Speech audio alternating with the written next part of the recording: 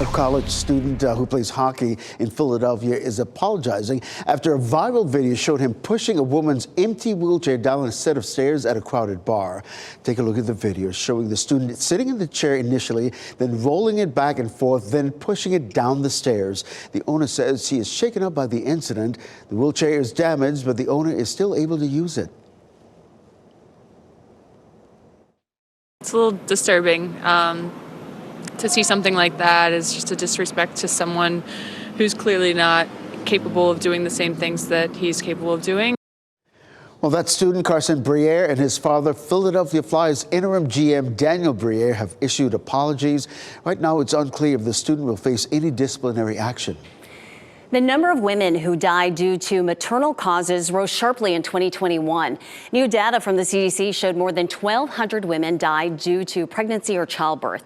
It's a sharp increase from 861 in 2020. And the rates among Black women were more than twice as high as those of white women. Although COVID-19 data was not a part of this new report, questions remain about how the pandemic affected maternal mortality in the U.S. A chemical used in dry cleaning could cause Parkinson's disease.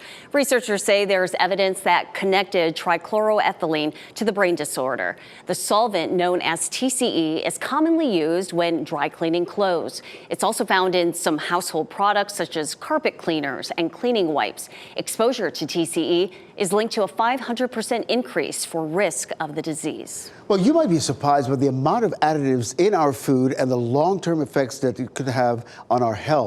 Researchers say about 60% of the food we consume may have unhealthy additives such as artificial colorings, flavors, artificial sweeteners, and preservatives. Scientists say long-term side effects could include increased body weight and digestive tract problems. Researchers were especially concerned about rising additives put in baby food. Salt substitute can be an effective way to help lower your blood pressure and fight heart disease, but doctors warn overuse of certain salt substitutes or alternatives can be dangerous for some people. The sodium chloride in table salt can be bad for your heart. It increases our blood pressure, and high blood pressure is associated with a higher cardiovascular risk like stroke. Some people turn to salt substitutes as a healthy alternative but need to use it cautiously. They don't have sodium chloride, but they have potassium chloride. So for people that are trying to not eat too much potassium, they have to be careful with that. Well, medical professionals say use caution if you have certain conditions, including kidney, heart, and liver disease, high blood pressure, and diabetes. Also, certain medications like ACE inhibitors can also pose a risk. NASA says the moon has much more water on it than they once believed, and now they have a map to show it. This is the first detailed and wide area map of water distribution on the moon's surface. Researchers believe much of the lunar water can be found on the moon's south pole. The darker the blue area, the more concentration of water. They note water may also be found as ice crystals or molecules bonded to other materials. From maps of water on the moon to evidence of volcanic activity on Venus, NASA's Magellan spacecraft captured images of the planet's surface in the early 1990s, and scientists looking back over the decades-old images spotted a volcanic vent. They say it changed shape and got much bigger over the span of 8 months. The finding is the first direct geological evidence of recent volcanic activity on the surface of Venus. EV owners will be able to find charging stations easier by using Waze. The navigation app will offer a new way to find a place to charge. All you do is enter your EV and plug type into the app, and it will find charging stations along your route. The Google-owned company has shown charging station locations since 2021. The updates will be available in the coming weeks. Well, bye-bye Google Glass. Google is no longer selling its augmented reality glasses. You might remember those augmented reality smart glasses first unveiled back in 2013. We tried them ourselves here in WRAL back in the studio in 2014. The $999 device wasn't a huge hit for consumers. You can see former anchor Bill Leslie there trying them out. Now, the glasses will continue to work after the sales end, but Google says there will not be any more software upgrades. At the top of the hour, we showed you video of the moment a Russian fighter jet collided with a U.S. drone. Some fear the act could escalate tensions between the two nations. We're joined now by Simon Miles, assistant professor at the Duke University Sanford School of Public Policy. Professor Miles, great to have you in today. Now, First, U.S. officials said Russia intentionally downed the drone, but yesterday, U.S. Army General Mark Milley said he wasn't sure if the Russian jet intentionally made contact with the U.S. drone. What do you make of this? Is that strange in your opinion? You know, it's not really strange to me. Looking at the video, what seems to be happening is that the Russian aircraft is trying to make an extremely close pass and probably try to blind or in other ways shoo off the American unmanned aerial vehicle with a fuel dispensation to try to kind of make it turn tail and run away. So it's hard for me to really say that this looks like an intentional strike because, frankly, an intentional strike would be really dangerous to that Russian pilot. And I think that what General Milley said is probably the best assessment, is that this was an accident trying to do a very dangerous and reckless aerial maneuver. Yeah. So based on your expertise, have you seen this before? Yeah, we've seen actually a lot of this type of behavior, even just since the war broke out in early 2022, with Russian aircraft trying to shoo away American, British, and other NATO partners and allies who have been flying surveillance flights down in the Black Sea region. We've also, frankly, seen this level of unprofessional and reckless behavior over the skies, for example, of the Eastern Mediterranean, in their Syrian area of operations, on the ground in Syria with reckless driving, and frankly, the performance of the Russian Air Force throughout this entire invasion of Ukraine has been pretty abysmal, and that tracks with this error. So, you know, we know that relations between Russia and the U.S. all-time low right now. Does this situation escalate the risks of tension between the U.S. and Moscow in the Black Sea?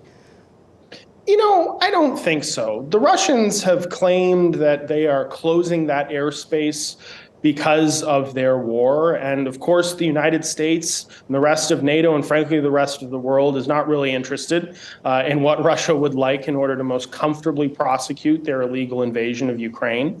There were some phone calls, probably pretty frosty, between the Secretary of Defense and the Chairman of the Joint Chiefs of Staff and their Russian counterparts.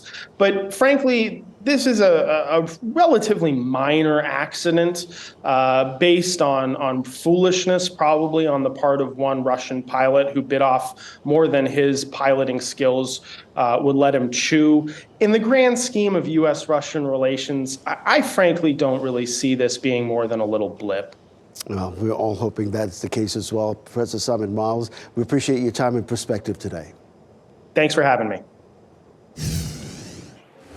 And happening right now in the WRAL Live Center, Poland has just come out and said they will be transferring 4 fighter jets to Ukraine in the coming days. This is a photo of the exact jet that they will be sending. Poland is becoming the first NATO country to send fighter jets. They've taken the lead among NATO allies in supplying Kyiv with some heavy weapons. Poland's president said these are actually hand-me-down airplanes. They are at the end of their operational life, but he says they do have a lot of life left in them. He was speaking at a press conference today with the president of the Czech Republic as well, both of them saying they have their joint backing for Kyiv. Michelle, thanks. Today, North Carolina could take another step towards reforming its preschool and daycare industry. A state Senate committee will discuss a bill to change the rating system that assigns 1 through 5 stars to those childcare programs. It's part of a larger package to invest in the industry, which is facing a staffing shortage and an affordability crisis. We have in-depth coverage of it all on WRAL.com's NC Capitol page.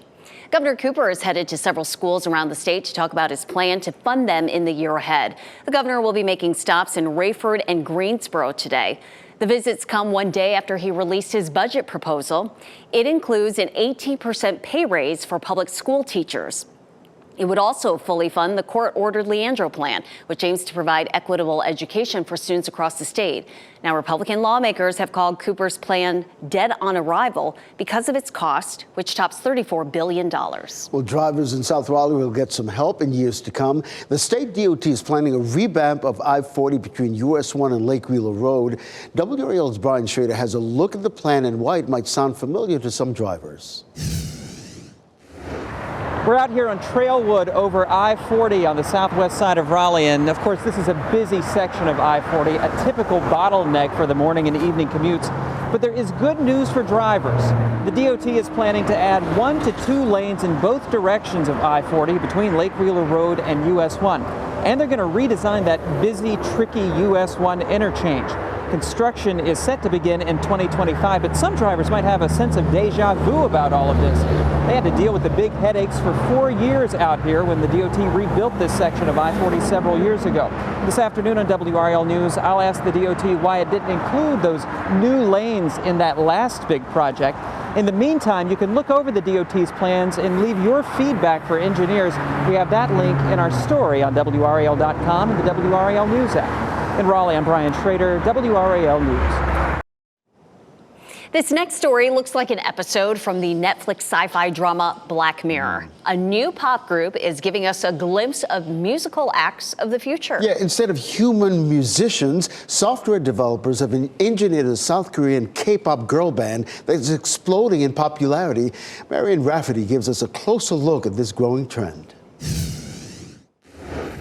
Believe it or not, these 4 singers aren't real people. Everyone is hot. They're virtual performers in the new South Korean K-pop group called MAVE. Make new wave. 안녕하세요, 메이브입니다.